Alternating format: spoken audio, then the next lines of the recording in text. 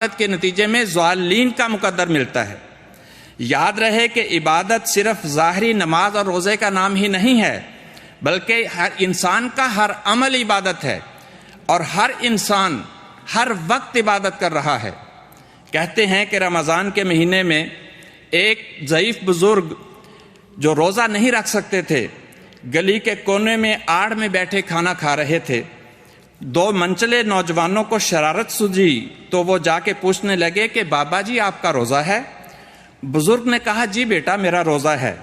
اس پہ نوجوان کھلکھلا کے ہنس پڑے کہ بابا جی کھانا بھی کھا رہے ہیں اور کہہ رہے ہیں کہ میرا روزہ بھی ہے۔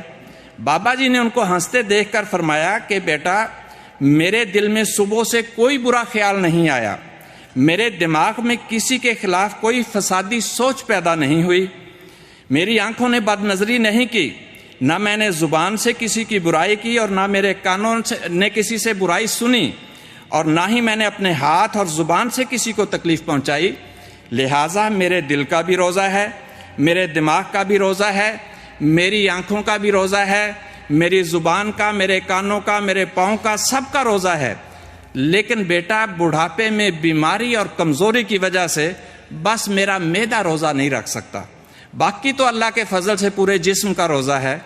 پھر بابا جی نے انہیں پوچھا کہ بیٹا کیا آپ کا بھی روزہ ہے؟ تو وہ شرمندہ ہو کر کہنے لگے بابا جی ہمارے تو صرف معدے کا ہی روزہ ہے۔ سامعین کرام، انسان کے دل سے اٹھنے والا ہر خیال عبادت ہے، دماغ میں آنے والی ہر سوچ عبادت ہے، آنکھوں سے دیکھا جانے والا ہر منظر عبادت ہے، زبان سے نکلنے والا ہر لفظ عبادت ہے، جسم سے سرزد ہونے والا ہر عمل عبادت ہے۔ لیکن عبادت ہے کس کی؟ شیطان کی یا خدا کی؟ یہ فیصلہ ہمیں کرنا ہے، کیونکہ اگر انسان کے دل میں اٹھنے والے خیالات نیک ہیں تو یہ خدا کی طرف سے ہیں، اور اگر برے ہیں تو شیطان کی طرف سے۔